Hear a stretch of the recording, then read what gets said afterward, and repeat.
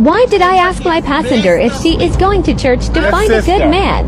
You behaving like man is accomplishment or I'm gaining nothing from a man. I go to church because I want to worship God, appreciate him and thank him. Don't let the devil roll you on a Sunday morning and flip your tongue, you big belly man. So y'all pray for me too, sister? Leave me alone, Yankee. Leave me alone. You sound like an angry Christian this morning. Why you angry with me? I'm just a taxi driver. Patience. Patience, girl. Yeah. Are you going to pray for me, sister?